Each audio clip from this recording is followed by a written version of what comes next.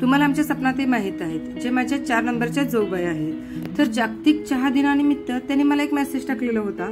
तर चहा त्या ओळीमध्ये ना की 2 ओळी अशी होते की ते खूप भावल्या मनाला. तर कोणत्या होत्या त्या? तर शाळेत जाताना लेकरू उपाशी जाऊ नये म्हणून पावासोबत दिलेला चहा जी मला आई द्यायची, आणि अभ्यासाच्या रात्री म्हणजेच अभ्यास करताना रात्री जागून काढताना बाबाने दिलेला मध्यरात्री दिलेला चहा, ह्या 2 गोष्टी मला खूप भावल्या. म्हणून म्हटलं की चला आपण सुरुवात चहानेच करू, कारण आज जागतिक चहा दिन आहे. आणि जागतिक चहा दिनाच्या सर्वांना खूप खूप शुभेच्छा. आणि मी आणि सपनाताई तर चहा पार्टनर आहोत. आम्ही कधीच एकमेकांना चहा पिणार का म्हणून कधीच विचारत नाही. डायरेक्टली हातामध्ये आपला चहाचा कपच हातामध्ये येऊन जातो. तर चला, ऑलरेडी सगळ्यांच्या घरी चहा बनतो. रेसिपी तर तुम्ही आता बघितलाच असाल. आणि आज तर मी दुधातला चहा पित आहे, कारण आज तर आहे आपला जागतिक चहा. आणि टी लव्हरला तर चहा तर अत्यंत गरजेचा असतो ह्या दिवशी तरी. तर अशापैकी मस्तपैकी मी चहा करून घेतले आणि आज मी एन्जॉय केला आहे चहा सोबत चकली. कोण कोण मला कमेंट मध्ये करून सांगा की कोण कोण चहा बरोबर चकली खातं. खूप आवडतो आणि एकदा नक्की खाऊन बघा, कारण चहा सोबत चकली भयानक आणि खतरनाकच लागते. जो काही थोडासा तिखटपणा आणि चहाचा गोडपणा असतो ना, तर नक्कीच एकदा करून बघा, खाऊन बघा, पिऊन बघा. आणि आज आपल्याला बनवायचं आहे भरीत. आजकाल तर ना प्रत्येक ऋतूत वांगे ना बाजारात आपल्याला मिळतातच. वांग्यापासून अनेक पदार्थ आपण बनवले जातात. वांग्याची भाजी असते, वांग्याची आमटी असते, भरलं वांग असतं, किंवा वांग्याचे काप. या व्यतिरिक्त वांग्याची भरीत हा पदार्थ आवडीने खूपही खाल्ला जातो. आणि वांगी भात सुद्धा आपल्या चॅनेलवरती आहे, नक्की एकदा बघा. आणि त्याचं लिंक मी ना डिस्क्रिप्शन बॉक्समध्ये पण ही देईन.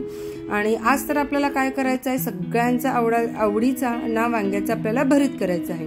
वांग्याचे भरीत महाराष्ट्रातच नाही तर उत्तर भारतात देखील खूप फेमस आहे. वांग्याचे भरीत बनवण्याची पद्धत ना वेगवेगळी आहे. कच्चे भरीत असतं, खानदेशी वांग्याचे भरीत असतं, पंजाबी वांग्याचे भरीत असतं, लाहोरी वांग्याचे भरीत असतं. बनारसमध्ये प्रसिद्ध असलेल्या लिट्टी चोखामध्ये चोखा म्हणजेच वांग्याचं किंवा बटाट्याचं कच्चं भरीत असतं. तिथे वांगी चवीला असली की त्याचे पदार्थ फार उत्कृष्ट लागतात. गरम गरम चुलीवरचं भरीत यासह टम्म फुगलेली भाकरी म्हणजे आपला स्वर्गच आहे. चला तर आपल्याला पटकन वेळ ना वाया घालवताना आपल्याला आता वांग्याचं भरीत कसं बनवायचं आहे. पहिला वांग्याला ना की तेल लावून घ्या आणि नंतर ना असं छान मोठ्या आचेवरती, बारीक आच करू नका, मोठ्या आचेवरतीच आपल्याला हे भाजून घ्यायचं आहे. आणि थोडंसं मध्ये चाकून काप दिला तरीही चालेल. आणि नंतर त्यामध्ये एक जण लसूणही घालतात. तर मस्त असे वांगे मी भाजून घेतलेले आहे. मोठ्या आचेवर भाजून घ्या, कारण मोठ्या आचेवरती जर भाजून घेतलं ना तरच ते आतपर्यंत शिजलं जातं. वांगी चांगली भाजून झाल्यावर प्लेटमध्ये आपण गार करायला ठेवून द्यायचंय आणि दुसरीकडे आपण फोडणी देऊ.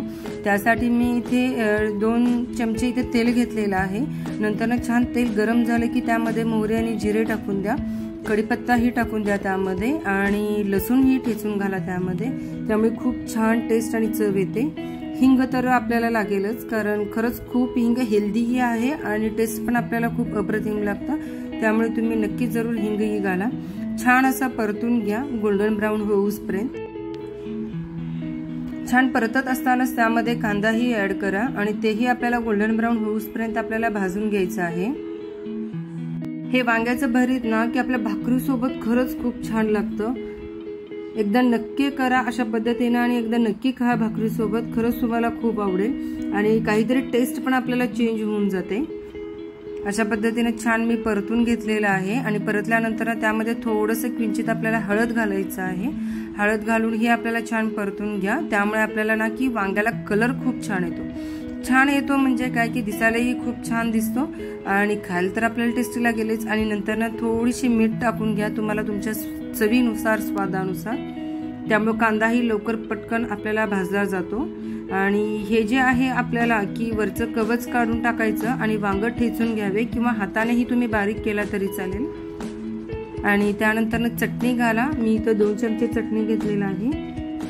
आणि नंतर छान असं परतून घेतलं की जे काही आपण बारीक करून घेतलेलं आपल्याला वांग आहे तेही आपल्याला इथे ऍड करायचं आहे. थोडंसं शेंगदाण्याचं कूट घाला. मी तर फक्त 2 चमचे शेंगदाण्याचं कूट घातलेलं आहे आणि थोडीशी कोथिंबीर घातलेली आहे.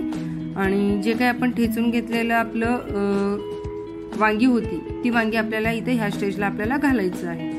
मस्त भाजी लागते, खरंच खूप छान लागते. भाकरी सोबत तुम्ही नक्की संध्याकाळच्या जेवणासाठी तुम्ही बनवू शकता. मी संध्याकाळच्या जेवणासाठीच बनवलेलं होतं. टिफिनसाठी सुद्धा तुम्ही बनवू शकता. ही रेसिपी आपल्याला सकाळी पण खूप गडबड होणार नाही आहे, त्यामुळे ही भाजी ना आपण टिफिनसाठी पण बनवू शकतो. त्यामुळे नक्की एकदा ट्राय करा. आणि व्हिडिओ कसा वाटला, आवडल्यास लाईक करा, शेअर करा, सबस्क्राईब करायला विसरू नका. See you in next video. Bye bye, take care. आणि थोडंसं झाकून ठेवा, त्यामुळे भाजी छान शिजली जाते. See you in next.